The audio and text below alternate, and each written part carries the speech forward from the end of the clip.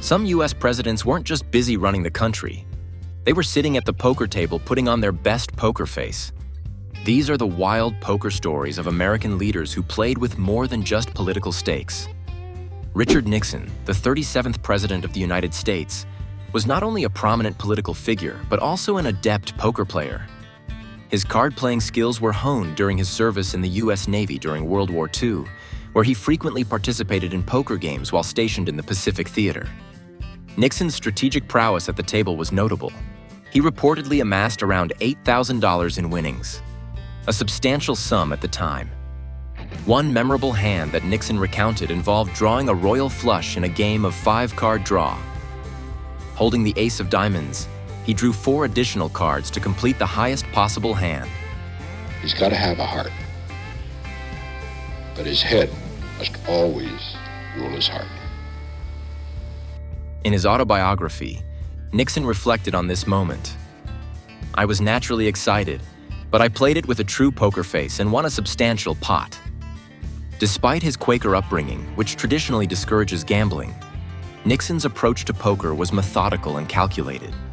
He sought advice from more experienced players to refine his strategy, emphasizing disciplined and conservative play.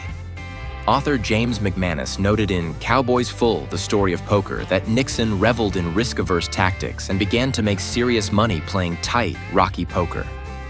Interestingly, Nixon's poker earnings played a pivotal role in his early political career.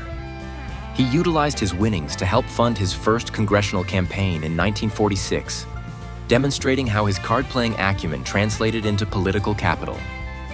Nixon's poker experiences offer a unique lens through which to view his strategic thinking and risk management, traits that were evident both at the card table and in his political maneuvers. Just like Nixon, the 34th President of the United States, Dwight D. Eisenhower, also wielded skill at the poker table. Known as the Supreme Commander of American forces during World War II, Eisenhower wasn't just a powerful leader on the battlefield. He was a force to be reckoned with at the poker table. While attending West Point, the U.S. Military Academy in New York, Eisenhower often skipped cadet dances to spend his nights playing poker instead. His passion for the game only intensified throughout his military career, where he reportedly played for high stakes and mastered the art of bluffing. Some say this skill even came in handy during his planning of D-Day and the storming of Normandy, as he calculated risks and prepared for a high-stakes showdown. His skill was so sharp that, according to author Gary Wills in Nixon Agonists, the crisis of the self-made man, he was so good he had to stop playing with enlisted men. He was leaving too many of them broke. Eisenhower's skill at the table must have made for an interesting dynamic when he selected fellow poker player Richard Nixon as his running mate in 1952.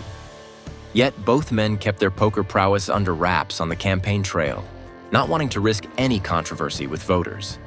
They knew that while their poker skills might have won them pots at the table, it wasn't a selling point in the political arena.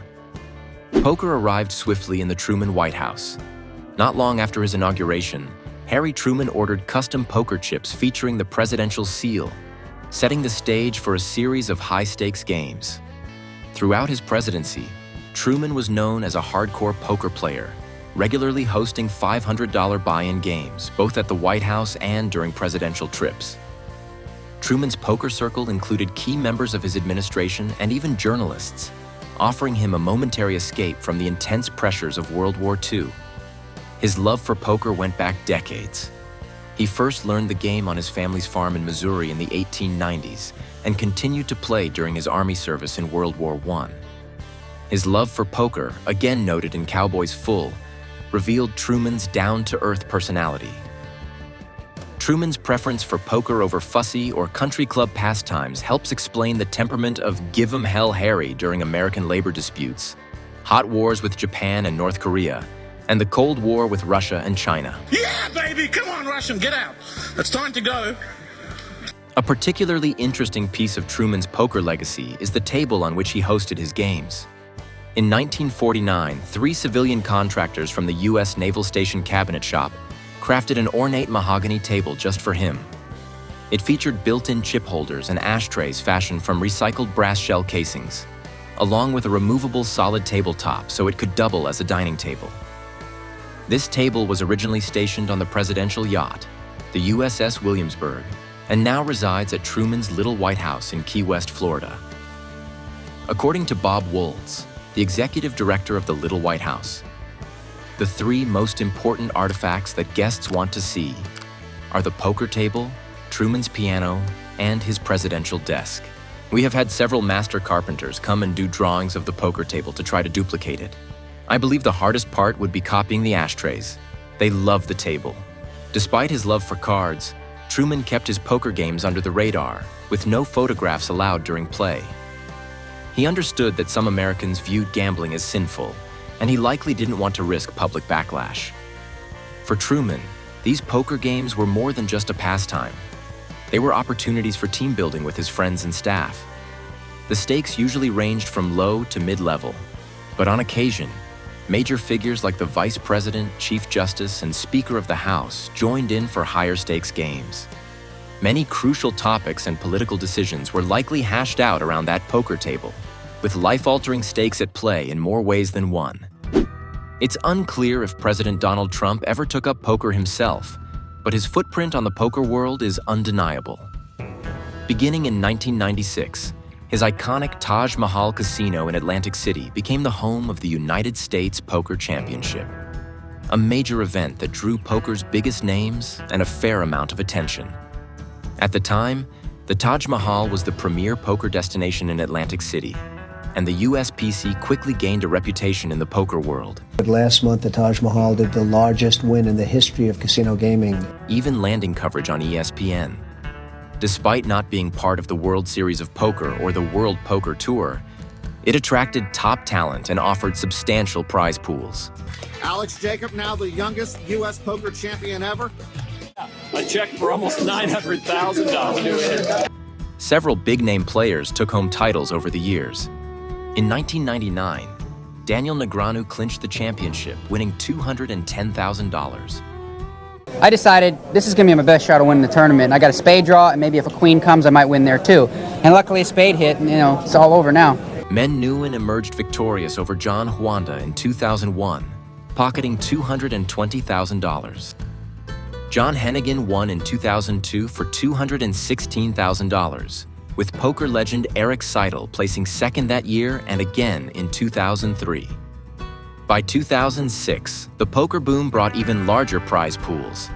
That year, Poker Pro and Jeopardy champion Alex Jacob took the title with a staggering $870,000. As the Borgata Casino began attracting more players in the 2000s, the Taj's poker scene gradually lost its edge. By 2010, the USPC held its final event, with Edward Gamaitoni winning the last title and $167,000 in prize money. Interestingly, during the inaugural USPC in 1996, Michael Koenig, a columnist for Cigar Aficionado, asked Trump if he played poker. Trump replied, "I've never had time to play seriously. I've been too busy to really focus on poker." Whether Trump ever developed an interest in the game remains unknown, but his approach to decision-making in politics would eventually reveal a style quite different from the calculated risk-taking that defines poker. While poker might not have been Franklin D. Roosevelt's game, the 32nd President of the United States still had a passion for card games as a means to unwind. Known for leading the country through the Great Depression and World War II, FDR often turned to cards as a way to escape the pressures of his presidency. His favorite game was reportedly bridge, which he played regularly with friends and advisors. Roosevelt's love for cards went beyond simple recreation. He enjoyed the social aspect of card games and frequently played aboard his presidential yacht, the USS Potomac. These sessions allowed him to relax and connect with close friends and aides while sailing far from the public eye. FDR's card games weren't high-stakes affairs, but they offered him moments of camaraderie and relief from the demands of his role. Though not a poker player himself, Roosevelt used his natural knack for reading people in these friendly games, a skill that proved valuable both at the card table and in his political dealings. Whether strategizing with allies or simply unwinding, FDR's card-playing habits showcased his ability to balance the weight of his responsibilities with moments of genuine relaxation. Before his ascent to the presidency, Barack Obama was known for his love of poker and skill in the game.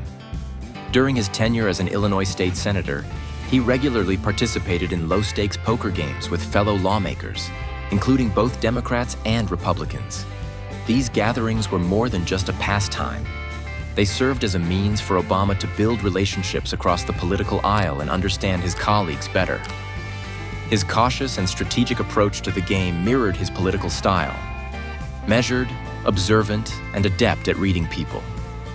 Interestingly, during his presidential campaign, Obama downplayed his poker-playing past, aware that in the wake of the Bush administration's passage of the Unlawful Internet Gambling Enforcement Act, poker was something of a political hot potato.